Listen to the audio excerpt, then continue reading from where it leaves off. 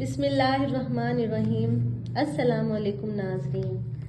آج کل کے دور میں عام انسان بہت سٹریس میں ہے۔ ڈپریشن اور انگزائٹی عام ہے۔ اس کی وجہ یہ ہے کہ لوگ کسی نہ کسی وجہ سے صرف اور صرف بھاگ دوڑ رہے ہیں۔ کوئی روزی کے لیے پریشان ہے اور کوئی کسی اور وجہ سے، کوئی کمپٹیشن میں ہے، کوئی دولت کے پیچھے بھاگ رہا ہے۔ لوگ بہت پریشان اور سٹریس میں رہنے لگے ہیں۔ کام کوئی کر رہے ہیں، سوچ کچھ اور رہے ہیں۔ گاڑی ڈرائیو کر رہے ہیں مگر دماغ میں کچھ اور سوچ ہے۔ ہاتھ کہیں چل رہے ہیں اور دماغ میں کچھ اور چل رہا ہے۔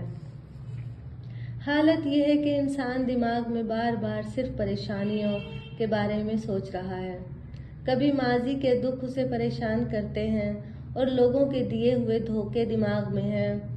کبھی مستقبل کی پریشانی ہوتی ہے کہ یہ کب ہوگا اور یہ کیسے ہوگا اور ہوگا بھی یا نہیں۔ یہ سب انسان کو ڈپریشن اور انگزائٹی دے رہا ہے، اور کبھی کبھی یہ اتنا بڑھ جاتا ہے کہ انسان بیمار رہنے لگتا ہے، اور پھر ایک اور ٹینشن، ایک اور سٹریس کہ بیماری کے اخراجات کیسے پورے ہوں گے، اور درد کو سوچ کر بھی اور زیادہ سٹریس میں رہتا ہے۔ دل میں سکون نہیں رہتا، رات کو نیند نہیں آتی۔ آج میں آپ کو قرآن پاک کی ایک ایسی صورت بتانے لگی ہوں جو انسان کا سٹریس ختم کرتی ہے اور اس کے دل کو سکون بخشتی ہے۔ اس کا ڈپریشن اور انگزائٹی کام ہوتا ہے، بشرط یہ کہ یہ صورت ترجمے سے پڑھی جائے اور آپ کو پتہ ہو کہ خدا نے آپ کو کیا حکم دیا ہے۔ ذرا سوچیں کہ آپ کو صرف اردو پڑھنی آتی ہے اور اردو ہی سمجھ آتی ہے، یا انگلش پڑھنی آتی ہے اور انگلش ہی سمجھ آتی ہے، اور اگر آپ کو کسی اور زبان کا اخبار دے دیا جائے، مثلاً چائنیز یا جاپنیز یا کوئی اور زبان، تو کیا آپ سمجھ پائیں گے کہ اس میں کیا خبریں لکھی ہیں؟ جب تک کہ آپ اس کا ترجمہ نہیں پڑھ سکیں گے، جب تک آپ اس کی ٹرانسلیشن نہیں جانیں گے، آپ کو پتہ نہیں چلے گا کہ کیا خبریں ان اخبارات میں لکھی ہوئی ہیں۔ قرآن پاک بھی اسی طرح ہے۔ اسی طرح ترجمے سے پڑھے بغیر آپ کیسے سمجھ پائیں گے کہ خدا آپ سے کیا بات کر رہا ہے؟